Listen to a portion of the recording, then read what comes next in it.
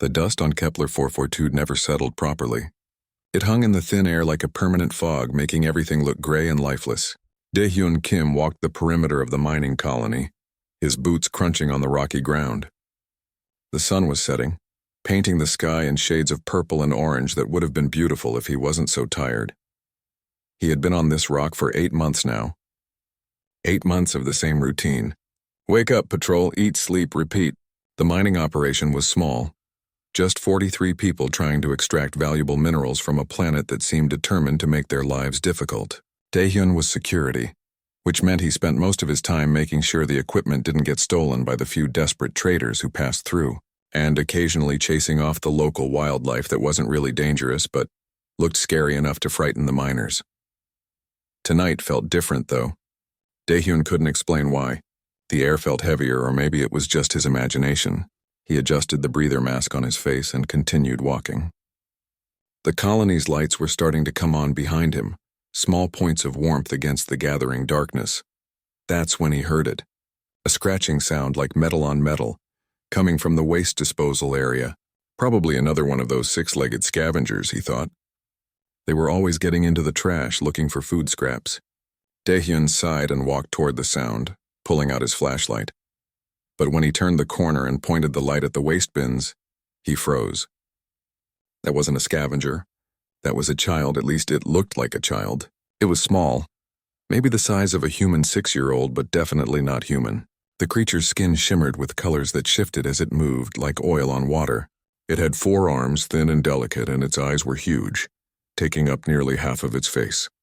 Those eyes reflected his flashlight like a cat's, glowing with an inner light. The child creature stared at him. Dae-hyun stared back. Neither of them moved. Then the creature tried to run. It pushed off from the waste bin but immediately stumbled and fell. Dae-hyun could see it was weak, malnourished. Its ribs showed through the thin fabric of what looked like a torn garment. When it tried to stand again, it couldn't. It just lay there on the ground, breathing hard, those huge eyes filled with fear. Dae-hyun's training told him to call this in immediately. Unknown alien species, possible danger. Protocol required reporting. But another part of him, the part that still remembered his little sister back on Earth, the part that was still human beneath all the military conditioning, saw something else. He saw a scared, hungry child. He slowly knelt down, keeping his movements calm and steady. The creature flinched but didn't try to run again. It didn't have the strength. Dae-hyun kept his weapon holstered and held up his empty hands, showing he meant no harm. "Hey," he said softly, knowing it probably couldn't understand him. "It's okay. I'm not going to hurt you." The creature made a sound like wind chimes in a breeze, melodic and strange. Dae-hyun wished his translator was better, but the old model he carried only worked with known languages. This was something completely new. He looked at the creature's thin frame, at the way it was shaking. Without overthinking it, Dae-hyun reached into his pack and pulled out his dinner ration. It wasn't much, just a protein bar and some dried fruit. But it was food. He unwrapped the protein bar slowly, broke off a piece and held it out. The creature's eyes fixed on the food. It didn't move at first, suspicious. Dae-hyun didn't blame it. He broke off another piece and ate it himself, showing it was safe. The creature watched this carefully. Then slowly, one of its 4 hands reached out and took the piece from Dae-hyun's palm. It sniffed the food, then took a tiny bite. Its eyes went wide. Then it shoved the entire piece into its mouth and reached for more. Dae-hyun gave it the rest of the protein bar, then the dried fruit. The creature ate like it hadn't seen food in days.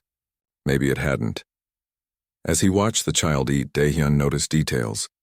The garment it wore had symbols on it, intricate patterns that looked intentional, not random.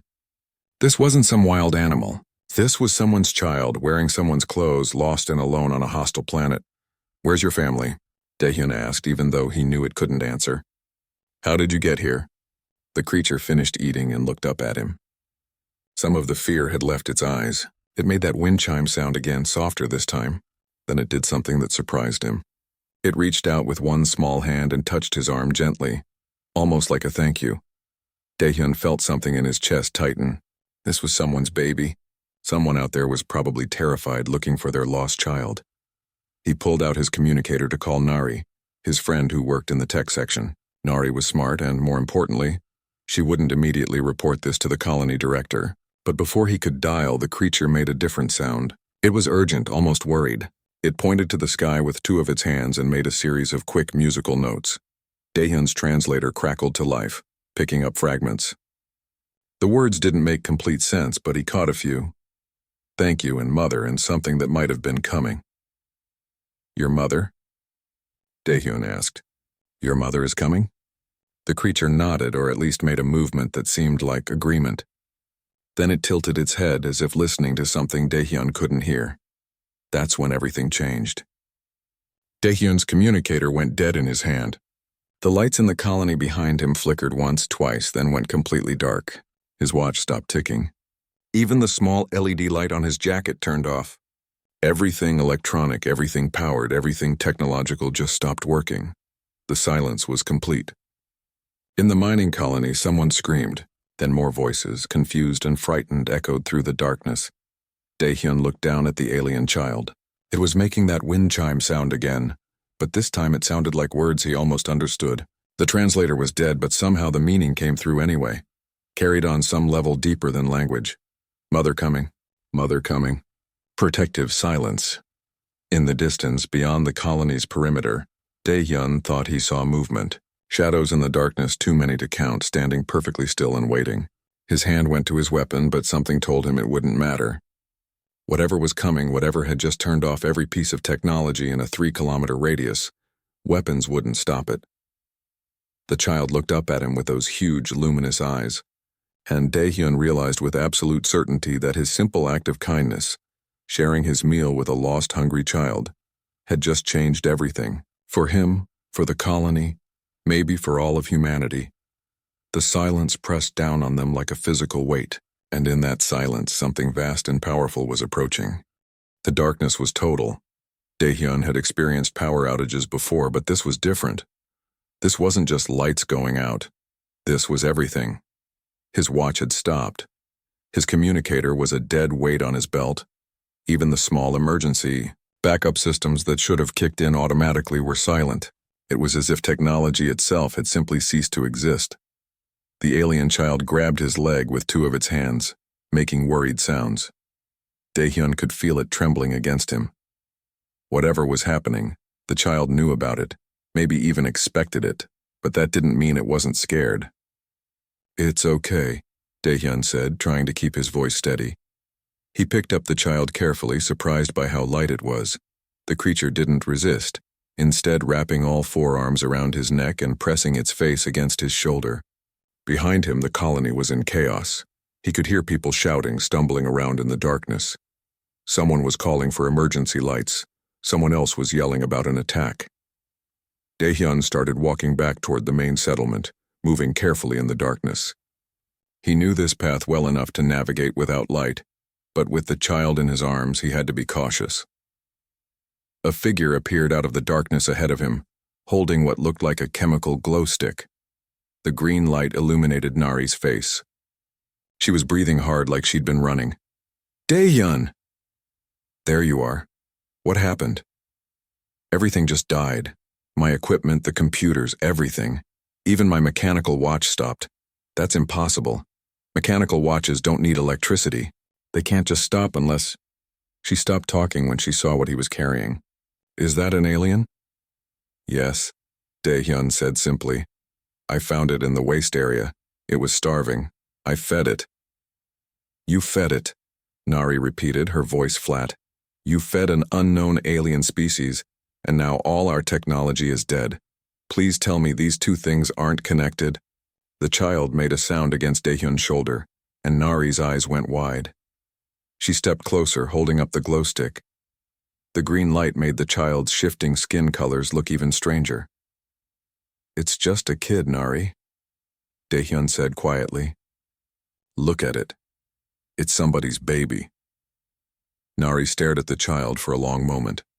Her expression softened slightly. Okay. Yes, it's a child. But that doesn't explain what's happening. Unless. She looked out toward the perimeter, where Daehyun had been when everything stopped.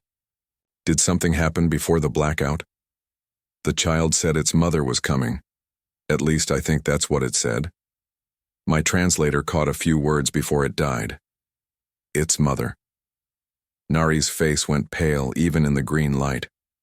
Oh no. This is a rescue operation. We have to tell the director. We have to tell everyone before they do something stupid. But it was already too late. As they hurried toward the central plaza, where the colonists were gathering, they could hear Director Junho's voice raised in anger. The plaza was lit by a handful of glow sticks and one old-fashioned oil lamp someone had dug out of storage. The 43 colonists were clustered together, their faces showing fear and confusion. Director Junho stood on a supply crate, making himself taller than everyone else. He was a thin man with a sharp face and sharper ambitions. He'd been assigned to this colony as punishment for some political failure back on Earth, and he'd been bitter about it ever since. This is an attack, Junho was saying. Some kind of electromagnetic pulse weapon. They've disabled our technology as a prelude to invasion. We need to arm ourselves and prepare for defense. Who is they? Someone called out. We don't even know who's attacking. Does it matter? Junho snapped. Someone has knocked out all our systems. That's an act of war. Minho, the security chief, was already handing out weapons to anyone who wanted them. Minho was a solid, reliable man who followed orders, even when those orders were stupid. Daehyun liked him, but he wished Minho would think for himself more often. Director, Daehyun called out, pushing through the crowd with Nari behind him. Director, this isn't an attack. At least not the way you think. Junho saw him and frowned. Corporal Kim, where have you been? And what is that you're carrying? The crowd parted as Daehyun walked forward. Everyone stared at the alien child in his arms. Several people gasped. Someone raised a weapon and Daehyun quickly stepped in front of them. Put that down, he said firmly. It's a child. Just a lost child. That's an alien, Junho said, his voice rising. An unknown species. It could be dangerous. It could be carrying diseases. Where did you find it? In the waste area. It was starving, so I fed it. Then it said its mother was coming and everything shut down. Daehyun looked around at all the frightened faces. I think the shutdown is some kind of safety measure. They're looking for their child and they don't want weapons firing while they search. That's speculation, Junho said. We don't know anything about these creatures or their intentions. Nari stepped forward, holding up a small notebook she always carried. Actually, I've been tracking unusual orbital readings for the past 3 weeks. There's been something in high orbit, something big. I reported it, but I was told it was probably just debris. She looked at Junho. I think it was their ship. Then they've been watching us, Junho said. Planning this. Or maybe their ship was damaged and they crashed on the far side of the planet, Daehyun suggested. Maybe this child wandered off and got lost. Maybe they've been searching for days, desperate and worried. And when they finally traced her location, they activated a defense system so we couldn't hurt her. You're assigning human emotions to aliens, Junho said coldly. That's foolish and dangerous. Is it? Daehyun felt anger rising in his chest. Look at this child. Look at her. She's scared. She's hungry. She's wearing clothes, which means she has a culture, a family. Someone out there is looking for their baby. Yejin, the colony's teacher, spoke up from the crowd. Daehyun's right. If the situations were reversed, if one of our children was lost on an alien planet, wouldn't we do everything in our power to get them back, including disabling any potential threats? This is not up for debate, Junho said, his voice hard. We are in a crisis situation and I am in command. Corporal Kim, you will hand over that creature immediately. We may need it as leverage. No, Daehyun said simply. The plaza went silent.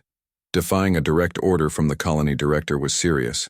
It could mean court-martial when they got back to Earth. But Daehyun didn't care. He looked down at the child in his arms, at her huge eyes staring up at him with complete trust. And he knew he couldn't hand her over to be used as a hostage. Minho stepped forward, looking uncomfortable. Daehyun, don't make this difficult.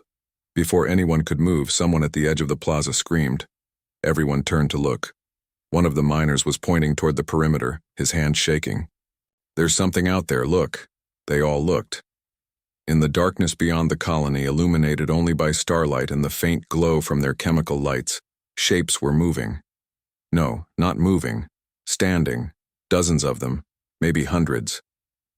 They were humanoid in shape, but wrong somehow. Their proportions different, their outlines too fluid.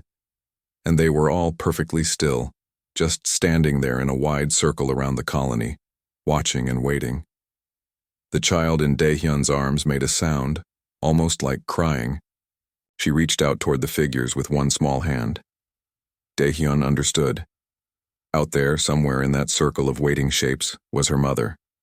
Junho's face was white with fear. "Arm yourselves," he whispered. Then louder, "Everyone arm yourselves. They're surrounding us," but the figures didn't advance. They didn't attack. They just stood there in their perfect circle, patient and silent. And somehow that was more terrifying than any charge or assault would have been. Because in that silence, in that patient waiting, was a promise. A promise that they weren't leaving without their child. The standoff continued for what felt like hours, but was probably only minutes. The colonists stood in the plaza, clutching whatever weapons they could find, staring out at the circle of silent figures. Nobody moved. Nobody spoke above a whisper. The tension was like a physical thing, pressing down on everyone. Daehyun held the alien child close. She had stopped making sounds and was just clinging to him, her 4 small arms wrapped tight around his neck. He could feel her heartbeat, fast and frightened. Whatever else she was, whatever species she belonged to, she was a terrified child who wanted her mother. That much was universal. Nari had found an old telescope in one of the storage units, the kind that didn't need batteries or electronics. She set it up on a tripod and took turns with others looking through it at the figures beyond the perimeter. "They're definitely humanoid," she reported quietly. 2 arms, 2 legs, 1 head. But taller than humans, maybe 7 feet on average. Their skin has that same color-shifting quality as the child's. I can't see any weapons, but that doesn't mean they don't have them. "How many?" Hunyo asked. His earlier confidence had cracked and his voice shook slightly. "I've counted over 200 so far and I haven't checked the whole perimeter. There could be more. 200 against 43 colonists." The math was not encouraging. Minho organized the armed colonists into a defensive formation. There were 20 people with weapons, mostly mining tools modified into something more dangerous, and a handful of actual firearms. Against 200 unknown aliens with technology advanced enough to shut down all electronics in a 3-kilometer radius. It felt like trying to fight a forest fire with a cup of water.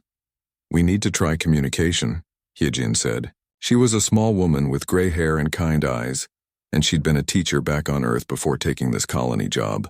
"We can't just point weapons at them and hope they go away." "Communication how?"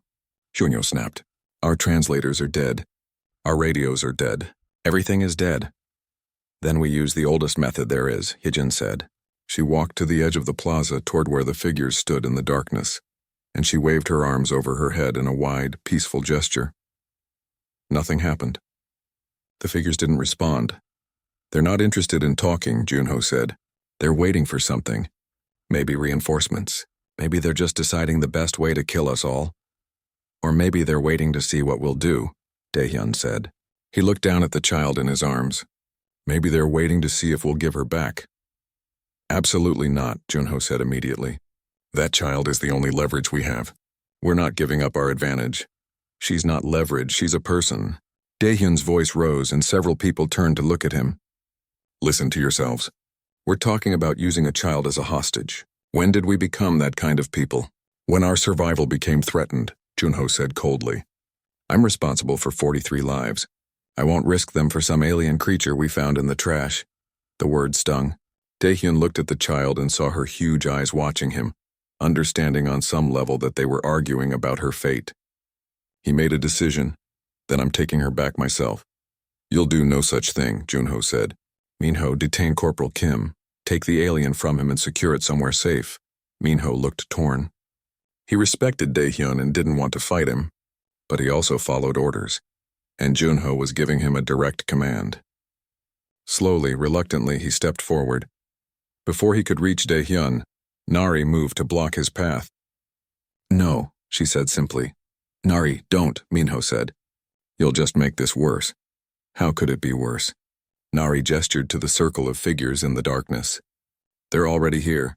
They already have us surrounded. We can't fight them, we can't run from them, and we definitely can't use their child to negotiate. The only option we have left is to show them we're decent people. Decent people who let their own species get slaughtered? Junho's face was red now. I won't allow it. You don't have a choice, Hyejin said quietly. She'd moved to stand beside Daehyun too. Look around you, Director. How many people here do you think will actually fight for the right to hold a child hostage? Junho did look around. And what he saw clearly unsettled him. Many of the colonists were looking at Daehyun with sympathy, at the child with something like pity. These weren't soldiers. They were miners, engineers, teachers, and technicians. They'd signed up for adventure and good pay, not war. And most of them, when forced to choose between fear and conscience, were choosing conscience.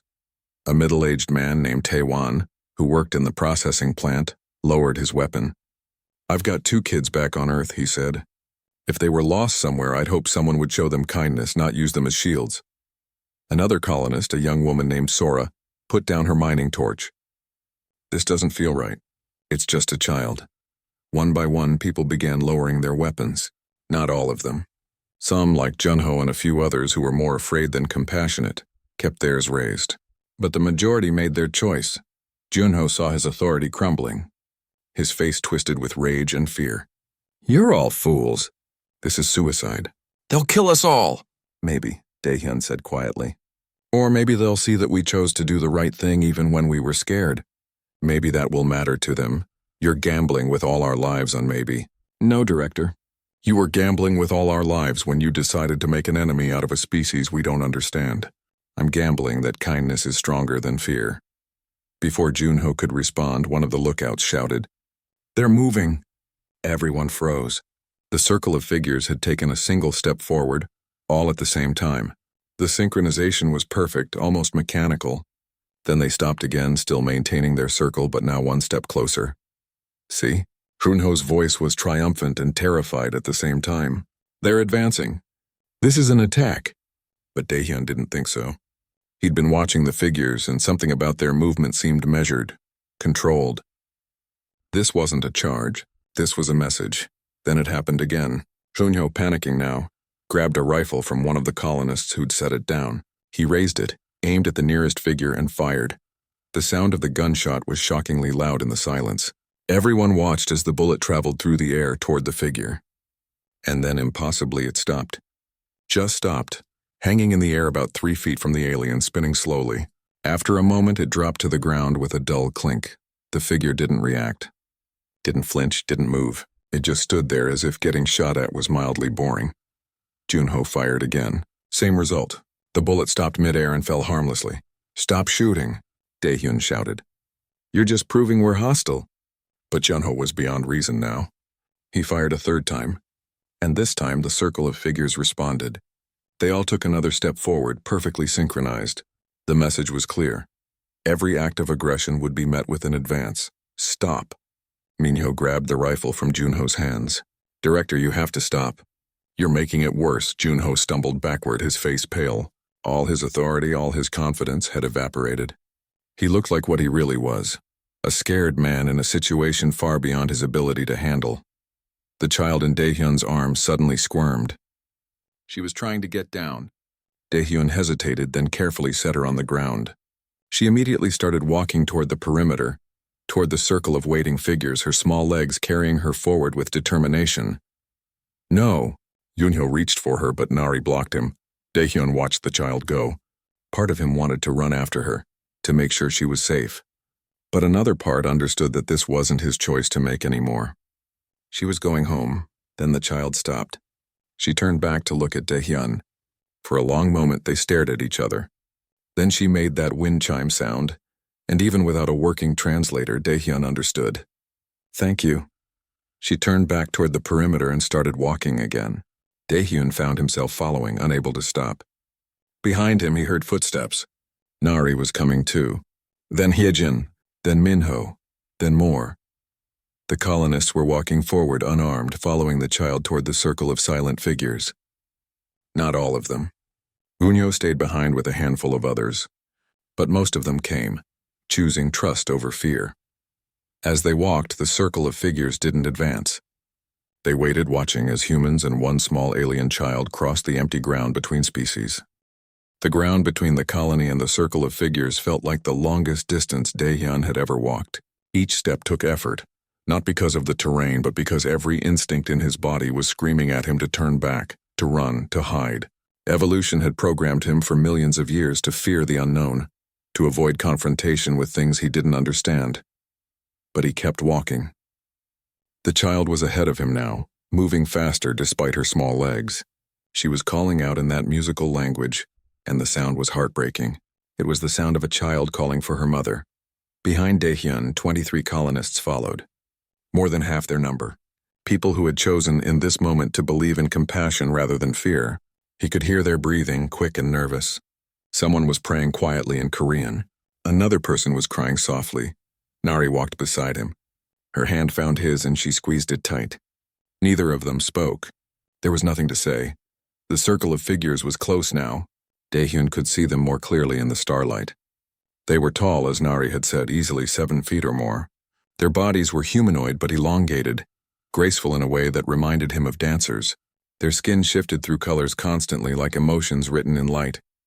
The child reached the circle first. The figures parted, creating an opening. And through that opening, one figure stepped forward. She was taller than the others, more elaborate in the patterns that moved across her skin. She wore something that might have been clothing or might have been part of her body. Daehyun couldn't tell, but there was no mistaking what she was. She was the mother. The child ran to her, and the tall figure dropped to her knees, gathering the little one in her arms. They held each other, and the mother made sounds that needed no translation. Relief, joy, love. These were universal languages, spoken by every parent who had ever found a lost child. Daehyun stopped walking. He was perhaps 20 feet from the mother and child now. The other colonists spread out beside him in a ragged line. They weren't warriors. They weren't conquerors. They were just people standing in the darkness waiting to learn their fate. The mother stood still holding her child. She was looking at Daehyun now, and her eyes were like her daughter's, huge and luminous. For a long moment nobody moved. The air felt thick, heavy with potential. Everything that came next. For humanity's relationship with this species, maybe for humanity's place in the galaxy, would be decided in the next few minutes. Then the mother began walking toward Daehyun. She moved with a fluid grace that was almost hypnotic. The other figures stayed where they were, still maintaining their circle, but she approached alone. She stopped a few feet away from him, and Daehyun realized he'd been holding his breath. She was studying him, her head tilted slightly. The child was still in her arms, clinging but looking at Daehyun too. Then the child made a sound and pointed at him. The mother's expression changed. Daehyun didn't know how he could read emotion on such an alien face, but he could. There was recognition there, understanding. The mother set her child down gently. Then she reached toward Daehyun. He forced himself not to flinch, not to step back. Her hand touched his forehead and the world exploded. Images flooded his mind. Not words, but pure experience, pure memory. He saw a ship, elegant and massive, traveling through space. He saw it hit by debris, the kind of random accident that happens sometimes in the void. He saw it limping toward the nearest planet, this planet, making an emergency landing on the far side, away from the human colony. He saw repairs beginning, difficult and slow without proper facilities. He saw the child wandering off while the adults were distracted by the emergency. He saw her getting lost in the strange landscape. He saw days passing, the search growing desperate. He saw them finally detecting her near the human settlement and activating the protective silence, the technology suppression that was their species' way of ensuring no one could harm their young during a rescue. He understood now. It wasn't an attack. It had never been an attack. It was just parents looking for their lost baby, terrified of what might happen if primitive aliens with weapons found her first. Then the flow of images reversed. The mother was reading his memories now. He felt her seeing him find the child in the waste area. He felt her experience his moment of decision, his choice to feed rather than report, to help rather than capture. He felt her understand his thoughts about his own sister, his recognition of the child's fear and hunger. The touch broke and Daehyun staggered backward. Nari caught him, kept him upright. His head was spinning, too full of experiences that weren't his own. The mother stepped back too. She was looking at him differently now. She turned to the other figures and made a series of sounds. They responded. A chorus of musical notes that rose and fell in complex patterns. Daehyun's broken translator caught nothing, but he didn't need it.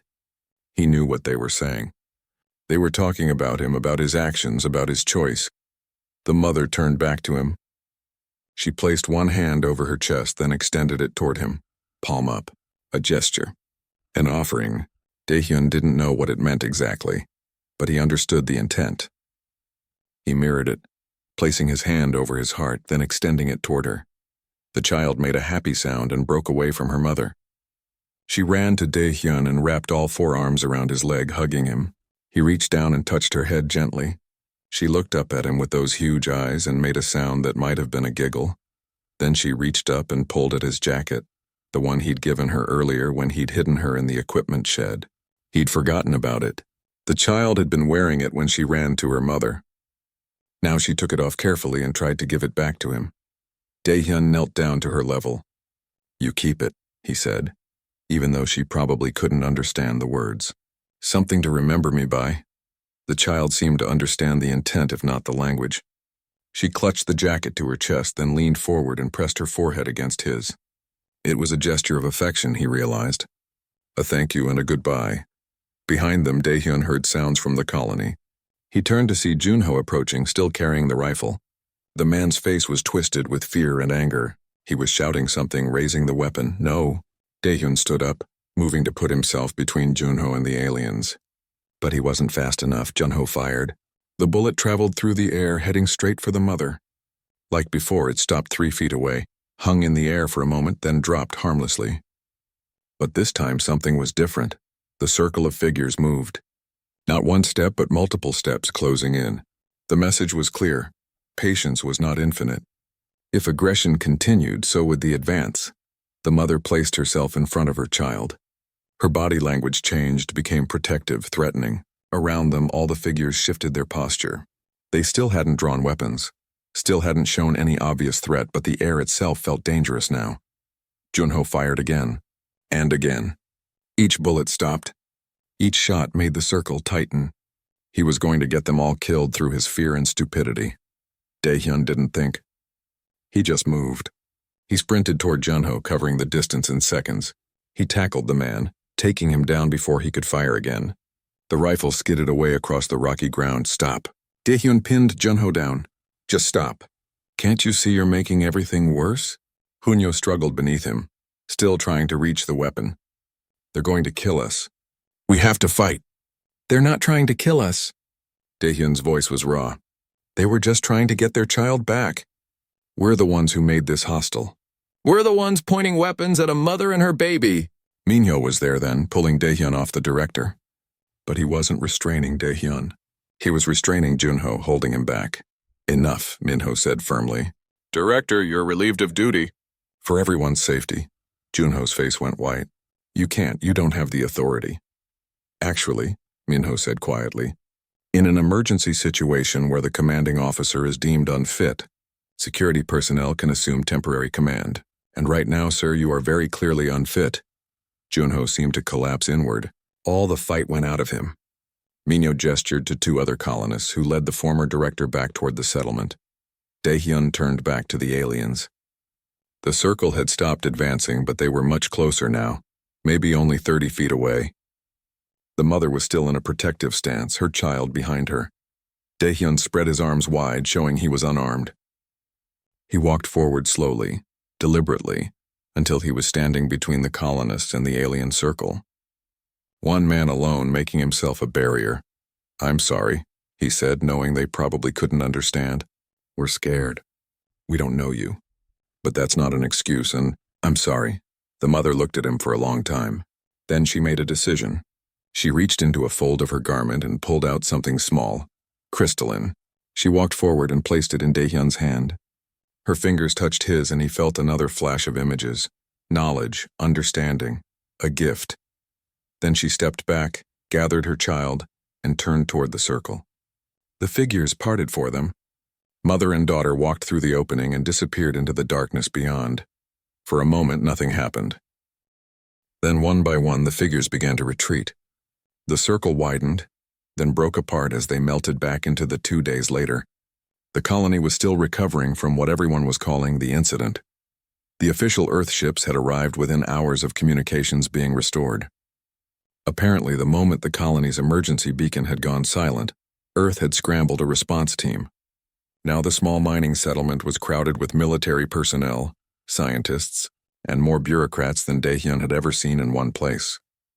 He sat in a small interrogation room, answering the same questions for the 4th time. The woman across from him was a colonel whose name he'd already forgotten. She had sharp eyes and a sharper tone. So you're saying you fed an unknown alien species without authorization, without protocol, without even attempting to contain or study it first? It was a child, Daehyun said tiredly. A hungry, scared child. I didn't need authorization to show basic decency. Basic decency that could have resulted in disease transmission, poisoning, or any number of other catastrophic outcomes. But it didn't. The colonel leaned back in her chair. No, it didn't. In fact, Corporal Kim, your actions may have prevented what could have been humanity's first interstellar war. She didn't sound happy about this. She sounded like someone who'd been cheated out of a proper crisis. I wasn't trying to prevent a war. I was just trying to help a kid. Yes, we've established that. She tapped her tablet and a hologram appeared above the table. It showed the crystalline device the mother had given him. Tell me about this again. Daehyun had already handed over the device, though it had hurt to do so. It had felt like a betrayal somehow, giving away a gift. She gave it to me before they left. When I touched it, I saw images, information. I think it's some kind of data storage. It's much more than that. The colonel's tone changed slightly, becoming almost excited. Our scientists have barely scratched the surface, but what they've found is remarkable. Star charts showing thousands of inhabited systems, trade routes, cultural information on dozens of species, technology schematics. It's an encyclopedia of galactic civilization. Daehyun felt his stomach drop. Galactic civilization? Corporal, we're not alone in the universe. We knew that theoretically, but this proves it. There's an entire community out there, trading, communicating, coexisting.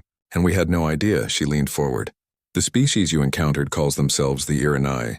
They're merchants and explorers, wanderers who travel trade routes throughout this sector of the galaxy, and they've shared all of this information with us because of what you did. The weight of that settled on Daehyun's shoulders. His simple act of kindness had opened a door that couldn't be closed. Humanity was no longer alone, no longer ignorant. Everything would change now. What happens next? He asked. That's being decided by people far above both our pay grades. But there's talk of establishing formal diplomatic relations, trade agreements, cultural exchanges. Earth is very excited, she paused, and very divided. Some people see this as an opportunity. Others see it as a threat. Your actions have put us in a situation we're not prepared for. We're never prepared, Daehyun said quietly. But we adapt. That's what humans do. The colonel studied him for a moment. The Iranai sent a message through official channels. They described humans as volatile but capable of remarkable compassion. That's going to be our reputation now, Corporal. You gave humanity its first impression with an alien species. You made us the species that protects children, even strange ones, even when afraid. Some people think that makes us look weak. And what do you think? She smiled slightly. I think it makes us look human. And maybe that's not such a bad thing to be known for. She stood up. You're free to go. Director Juno has been removed from his position and is being sent back to Earth for review. Minho has been promoted to acting director. You're being promoted to a second-in-command. Daehyun blinked. I am? You showed leadership and moral courage in a crisis situation. Those qualities are in short supply. Don't waste them. She headed for the door, then paused. Oh, and Corporal, there's someone waiting outside who wants to speak with you. A civilian request came through official channels. Apparently, your actions have made you something of a celebrity. She left, and a moment later, Nari entered. She was carrying a tablet and looked exhausted but excited. They're letting me study the data device, she said without preamble. Not the original, obviously. They've got that locked up in some secure facility. But I've got access to copies of the data. Daehyun, this is incredible. The things we're learning, the technology, the science, the culture, it's going to take decades to process everything. That's good, Daehyun said. He was genuinely happy for her. Nari had always been curious about the universe. Now she had a whole galaxy to explore. The Irinai have different physics than us.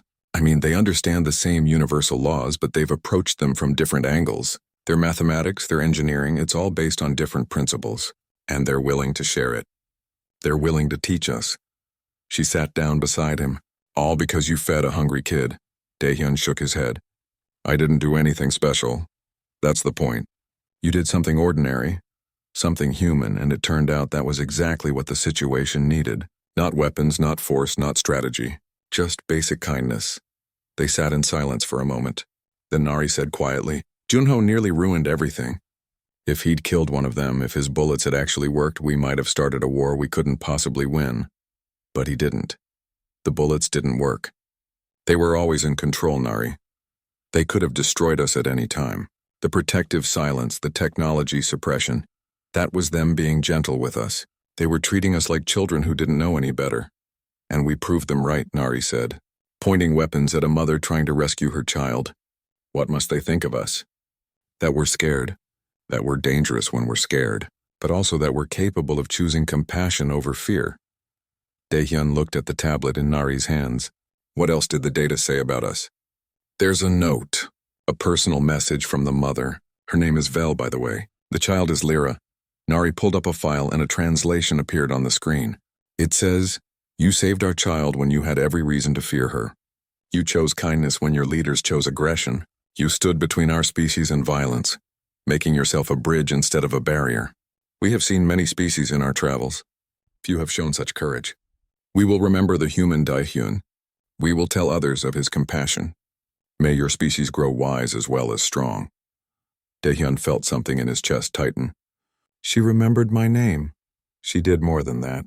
The Irinai have shared your story across their trade networks. Other species know about you now, about what you did. They're curious about humans. Some want to make contact, Nari smiled. You're famous across multiple star systems and you don't even have a passport. The door opened again and Minho entered.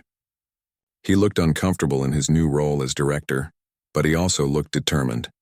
Daehyun, I need you to come with me. There's something you should see. They walked through the colony, which was busier than Daehyun had ever seen it. Scientists were setting up new equipment. Military personnel were establishing security perimeters. Diplomats were arguing in clusters about protocols and procedures. But as Daehyun passed, people stopped and stared. Some nodded respectfully. Others whispered. Minho led him to the central plaza where a crowd had gathered. In the center of the plaza, workers were installing something. A monument. It was simple, made of local stone but elegant. On it was carved a scene. A human figure kneeling before a small alien child offering food. Beneath the carving were words in both Korean and English. Here humanity chose compassion. Here we became more than we were. Daehyun stared at it. This is too much. It's not enough, Hyejin said, appearing beside him. What you did changed everything, Daehyun. Not just for this colony, but for our entire species. People need to remember that moment, that choice. They need to know that kindness matters, even in the vastness of space.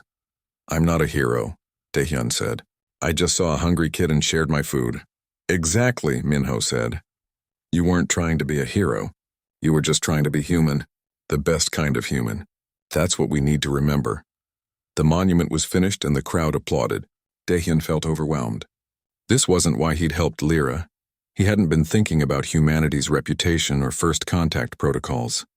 He'd just been thinking about a scared child who needed help. But maybe that was the point. Maybe the best moments of humanity weren't the planned ones, the strategic ones. Maybe they were the small instinctive choices to care for someone in need. That night, Daehyun stood on the perimeter where he'd first found Lyra. The sky was full of stars, and for the first time he looked at them differently, not as distant points of light but as homes, neighborhoods, communities. A vast galaxy full of species he'd never imagined, all going about their lives, all with children who needed protecting and parents who loved them. His communicator buzzed. A message had come through official channels, routed through the Irinai trade network. It was simple, just a few words and an image. The image showed Lyra wearing Daehyun's. 3 weeks after the incident, long-range sensors detected an approaching vessel. The alert sent everyone in the colony scrambling. Military personnel rushed to defensive positions. Scientists grabbed their equipment. And Dae-hyun, who had been trying to adapt to his new role as Minho's second-in-command, found himself on the landing pad watching the sky. The ship was broadcasting Irinai identification codes. The message was simple and direct. Trade delegation. Requesting peaceful contact. Friend Dae-hyun. Minho stood beside him, nervous but determined. Earth Command wants us to establish protocols. They've sent guidelines for first contact situations, diplomatic procedures, security measures. There's a 50-page document on proper greeting procedures alone. What does your gut tell you? Dae-hyun asked. Minho was quiet for a moment. Then he smiled slightly. My gut tells me that paperwork never made friends. Let's just be human about this. The ship landed with barely a sound. It was beautiful in a way that human ships weren't. Where human vessels were all angles and function, this ship flowed like water frozen in metal. The colors shifted across its surface like Irinai skin, expressing something that might have been emotion or might have been art. A door opened in the side of the ship, and figures emerged. Dae-hyun recognized the graceful, elongated forms of the Irinai. There were 5 of them, wearing garments that seemed to shimmer with meaning. And in front, leading them, was Vel. She was even more striking in full light than she had been in the darkness of that tense night. Her skin patterns were elaborate, speaking of age and status in ways Dae-hyun was only beginning to understand. But what struck him most was the way she moved, confidently, without fear, as if walking onto a human colony was the most natural thing in the universe. Beside her walked Lyra. The child had grown even in 3 weeks. Or maybe Dae-hyun just hadn't gotten a good look at her before. She was wearing his jacket still, though it was far too large for her small frame. The sleeves dragged on the ground and the hem reached her knees. But she wore it like treasure, like the most precious thing she owned. Dae-hyun stepped forward, trying to remember the gesture Vel had taught him. Hand over heart, then extended palm up. He performed it carefully.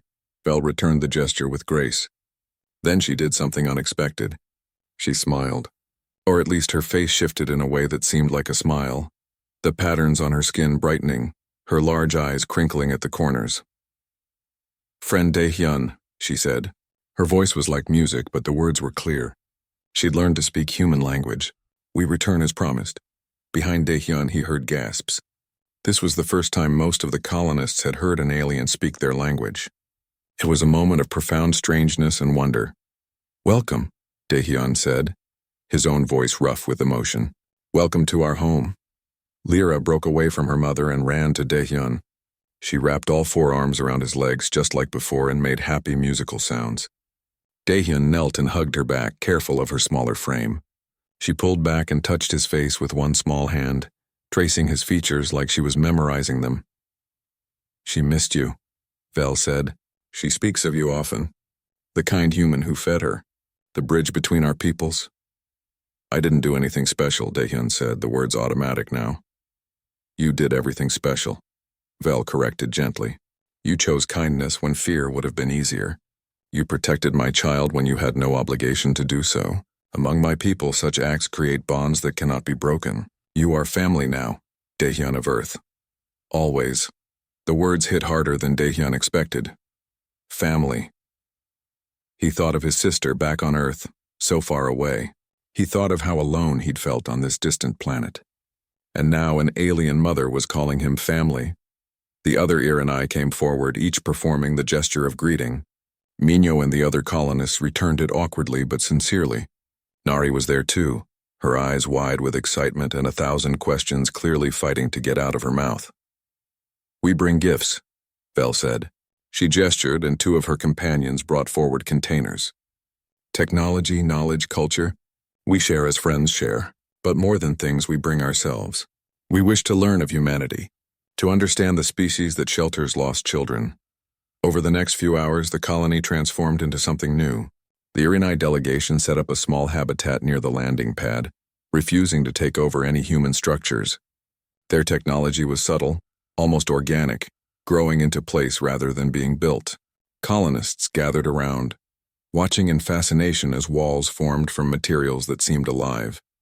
As lights bloomed like flowers, as furniture shaped itself from flowing substances that hardened into comfortable forms. Nari was in her element, asking questions faster than the translators could keep up. The Irinai scientists seemed equally fascinated by human technology, poking at equipment with curious fingers, making musical sounds of interest when they discovered something new. Yejin organized a meal, insisting that food was the universal language. She was right. Watching Irinai and humans sitting together, sharing food from both cultures, trying strange dishes and laughing at unfamiliar tastes, was a sight Daehyun would never forget. The Irinai couldn't eat most human food and vice versa, but the act of sharing, of offering, that transcended biology. Lyra stayed close to Daehyun all day. She showed him drawings she'd made depicting their first meeting. The images were surprisingly accurate, showing him kneeling in the darkness holding out food. In her drawings, he glowed with a soft light like he was something magical. It made him uncomfortable and honored at the same time. "She wants to give you something," Vel said as the sun began to set. "A gift, child to child." Lyra held out a small object. It was a sculpture, intricate and delicate, showing a human and an Irinai child sharing a meal under the stars. The detail was incredible, every fold of clothing, every expression captured perfectly. At the base were words in both languages.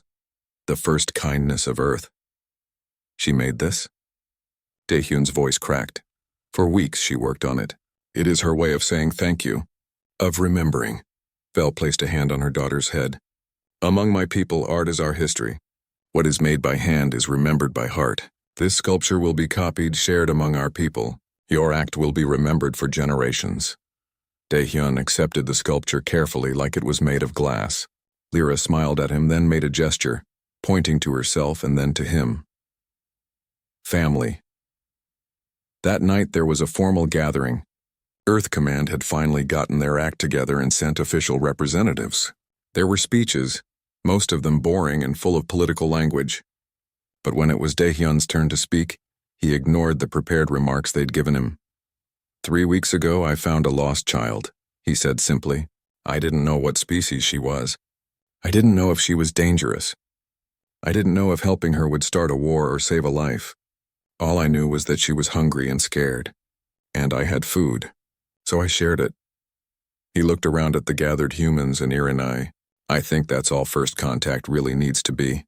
Recognition that we're all people, all capable of fear and kindness, all capable of choosing which one guides our actions."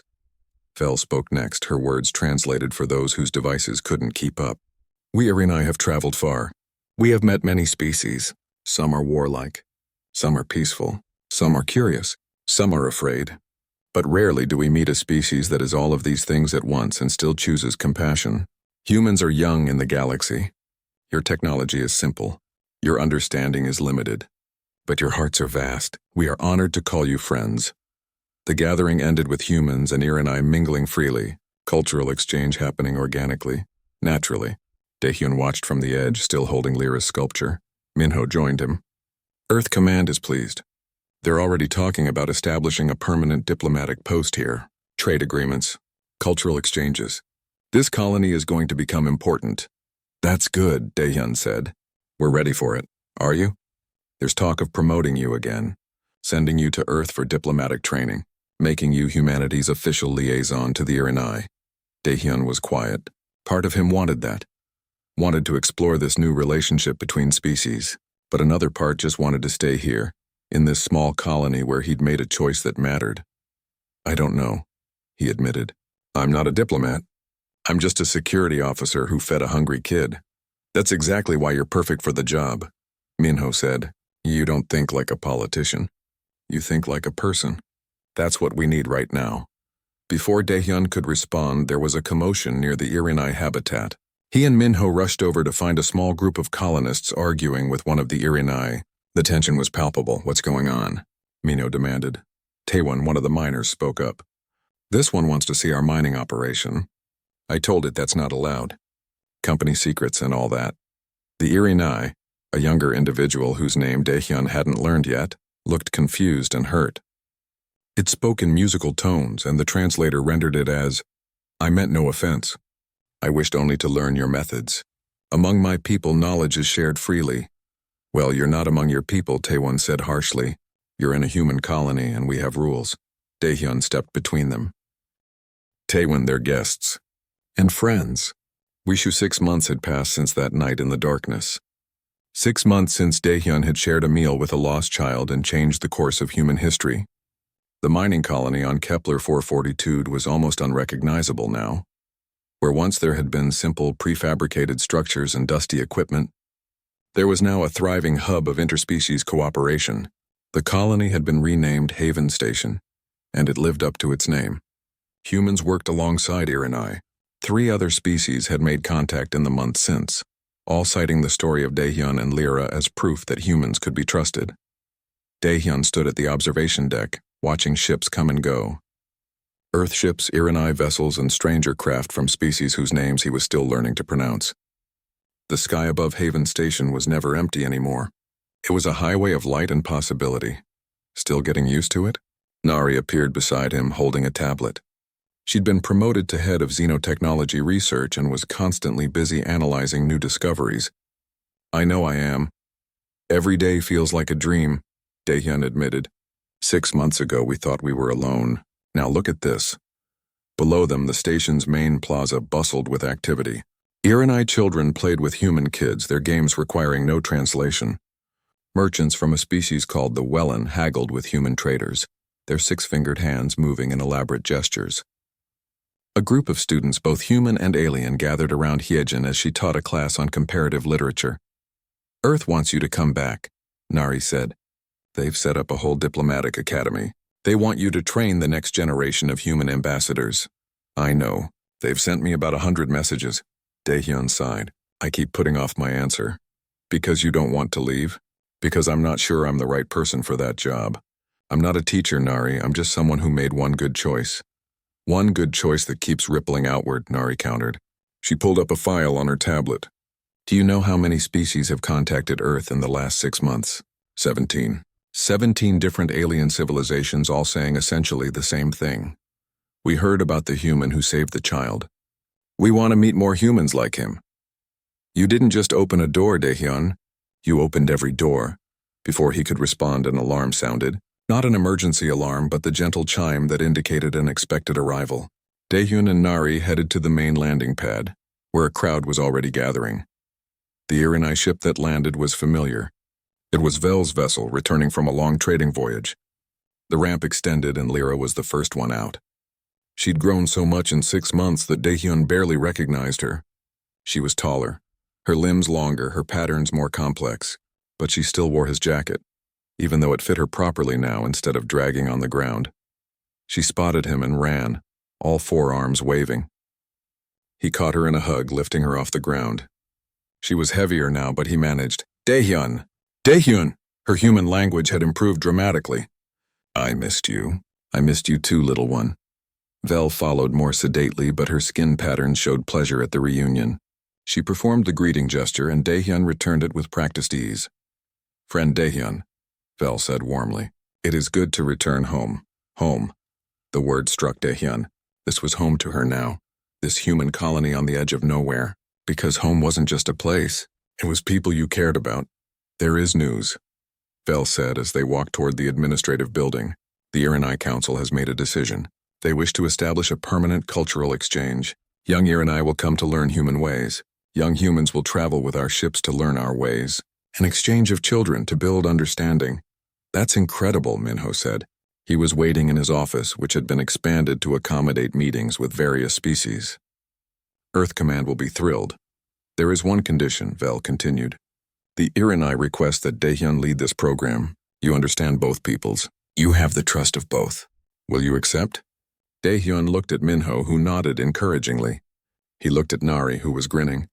He looked down at Lyra, who was holding his hand and looking up at him with absolute faith. I don't know if I'm qualified, he said honestly. Qualified? Vel's laugh was like bells. Daehyun, you fed my hungry child when you could have ignored her. You stood between our species when they were ready to fight. You chose compassion every time fear would have been easier. These are the only qualifications that matter. Will you build this bridge with us? He thought about it. Really thought about it. This was bigger than anything he'd imagined for himself. He'd just been a security officer doing a simple job on a forgotten planet. But life had other plans, yes, he said. I'll do it. The next few weeks were a whirlwind of preparation. Earth sent supplies and personnel. The Irinai contributed technology and knowledge. Other species, hearing about the program, asked to participate. What had started as a simple exchange between two species was becoming something much larger. The day the first group of students arrived was chaotic and beautiful. 15 human teenagers, nervous and excited, stepped off a transport ship. 20 young Irinai, equally nervous and excited, arrived on Vel's vessel. Students from the Welland species came too, along with representatives from 2 other alien races. Daehyun stood before them all in what had been hastily converted into a classroom. Young faces, both familiar and utterly alien, looked at him expectantly. "I'm not a teacher," he began. "I'm not a diplomat. I'm not a politician or a scientist. I'm just someone who made a choice 6 months ago. I chose to help someone in need, even though I was scared, even though I didn't understand, and that choice brought us all here." He gestured around the room. "You're all here because your species believe that understanding matters more than fear, that compassion is stronger than suspicion. You're going to learn about each other, about different ways of thinking and living and being. It won't always be easy. There will be misunderstandings and mistakes. But that's okay, because every mistake is a chance to learn, and every difficulty overcome makes the bond stronger." Lyra was in the front row, of course. She raised one of her hands. "Yes, Lyra?" "Will you tell them the story?" "About how we met?"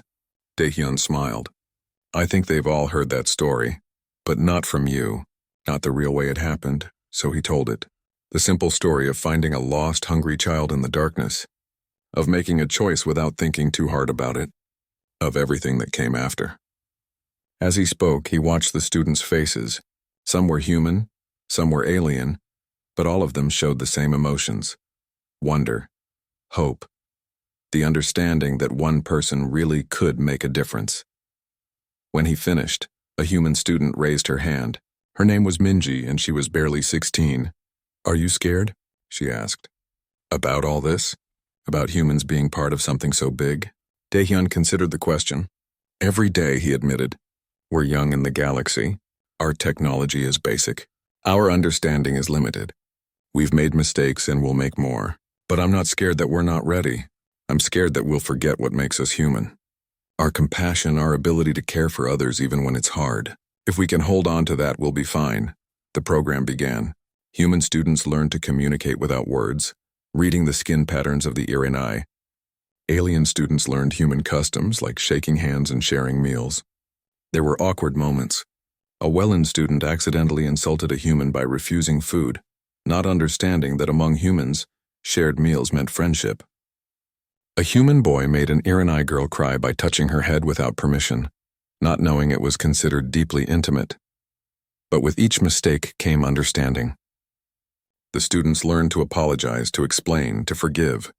They learned that different didn't mean wrong, just different, and slowly, tentatively, they became friends. Daehyun watched it all with pride and wonder. This was what he'd hoped for without knowing how to name it. Not just peace between species, but genuine connection. Real friendship that crossed the vast gulf between worlds. 3 months into the program, something remarkable happened. One of the human students, a quiet boy named Kwang-soo, fell ill. It was nothing serious, just a bad flu, but it left him weak and miserable. His Irinai roommate, a young male named Tesh, brought him food every day, sat with him when he felt lonely, and even tried to sing human songs to cheer him up. When Kwang-soo recovered, he told Daehyun, "I get it now. What you felt when you helped Lyra. It doesn't matter that Tesh looks different or comes from another world. He's my friend. When he needed help yesterday with his assignment, I stayed up all night to help him. Not because I had to, but because that's what friends do." That was the moment Daehyun knew the program would succeed, because it wasn't about teaching tolerance or forcing cooperation. It was about giving young people the chance to discover what he'd learned in the darkness 6 months ago. That compassion was universal. That kindness transcended species, that at our best, we were all just people trying to take care of each other. The success of Haven Station's exchange program spread throughout both human and alien networks. Other species began requesting similar programs. Earth started establishing diplomatic posts throughout the sector.